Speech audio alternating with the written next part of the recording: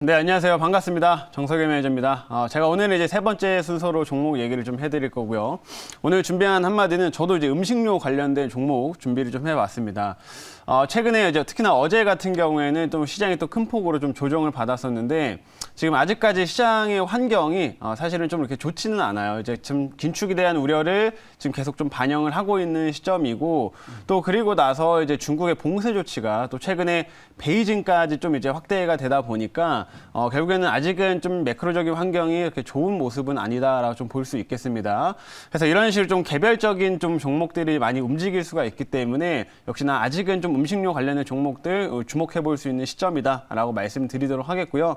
오늘 저 역시 이제 음식료 관련돼 가지고 약간 이제 최근에 좀 시세를 붙이고 있는 종목 하나 준비를 좀 해봤으니까 잠시 후에 한번 어떤 종목인지 확인해 보시길 바라겠습니다.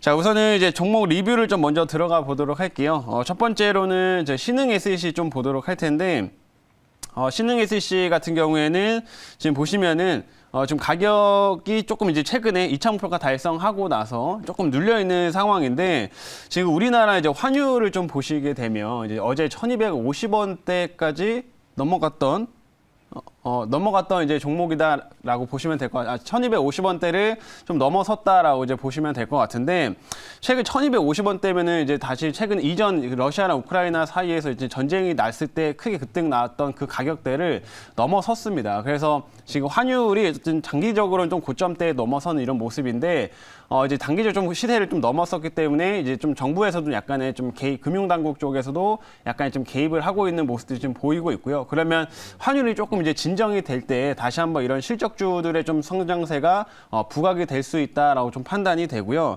그런 관점에서 신흥 SEC 같은 경우에는 지금 좀 이렇게 이쁘게 눌림을 주고 있는 상황이다라고 좀 말씀드리고 싶습니다. 그래서 이 종목도 올해 역시나 이런 배터리 쪽으로 안전 부품들을 계속 공급을 하면서 안정적인 실적 성장 나오고 특히나 올해 같은 경우는 물가 상승분이 이제 반영이 되기 때문에 이 실적 성장이 좀 크게 나올 수 있는 연도이기 때문에 우리가 역시나 눌림이 나올 때 주목해 볼 만한 종목이다라고 말씀드릴 테니까요. 이 종목 한번 관심 있게 지켜보시면 좋을 것 같습니다.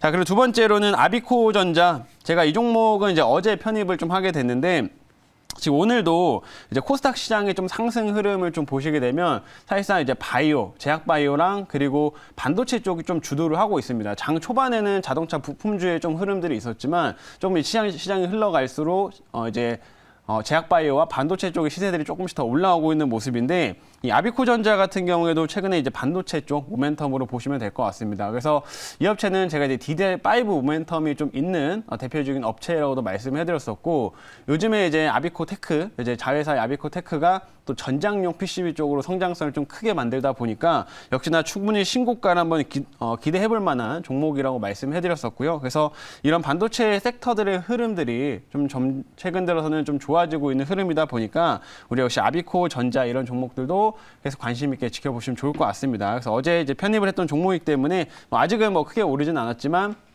충분히 이 종목은 신고가가 기대가 된다. 이렇게 말씀드리도록 할게요. 자, 그래서 오늘 이렇게 두 종목 리뷰를 좀 마치도록 하고요.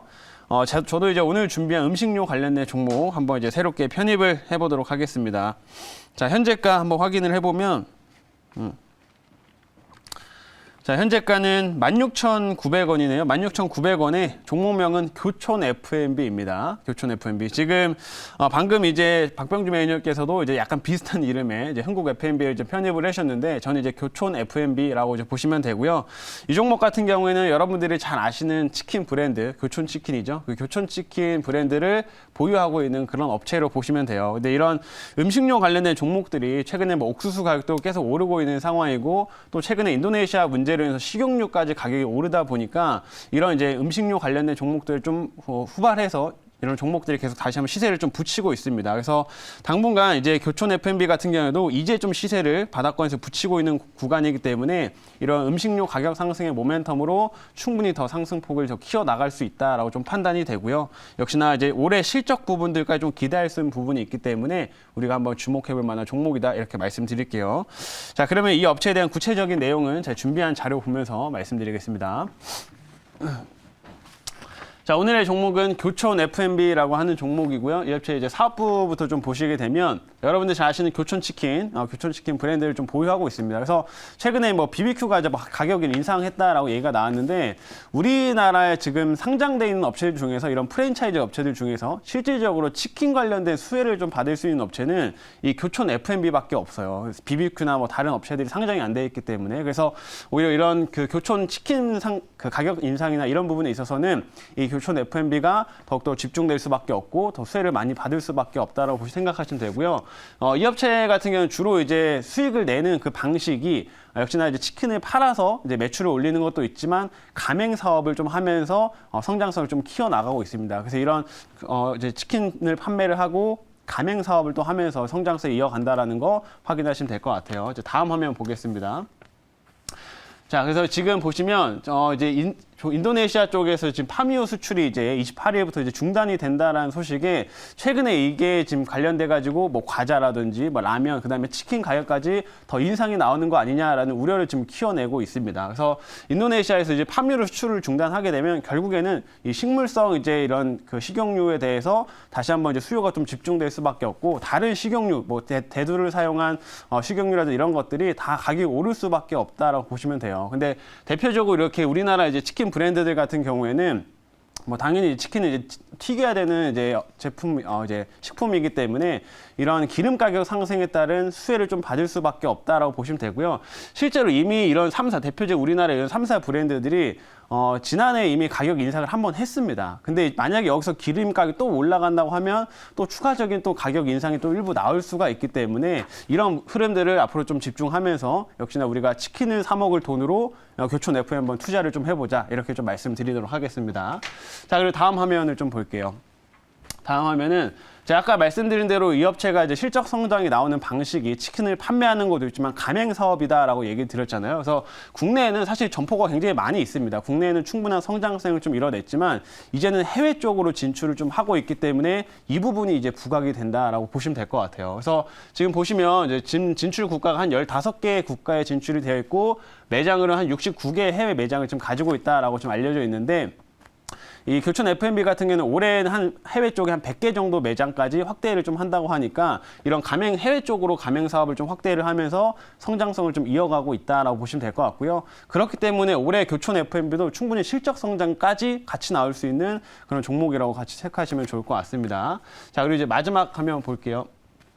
마지막은 이제 안정적인 매출 성장인데 실제로 치킨은 워낙 우리나라 국민들이 워낙 좋아하는 이제 음식이다 보니까 사실 매출로만 놓고 보면 정말 꾸준하게 안정적으로 성장세가 지속되고 있습니다. 그래서 매출이 한 번도 역성장한 적은 없었고 뭐 이익이나 이런 부분들이 가끔 프로모션들을 통해 가지고 조금 이제 줄어든 적은 있었지만 매출은 꾸준하게 성장세를 좀 보여주고 있다라는 점에서 그리고 또 이런 브랜드 파워를 좀 보유하고 있는 업체이기 때문에 앞으로도 매출 성장성 그리고 이익의 성장성은 더 커질 수밖에 없는 업체라는 거 집중하시면 좋을 것 같습니다.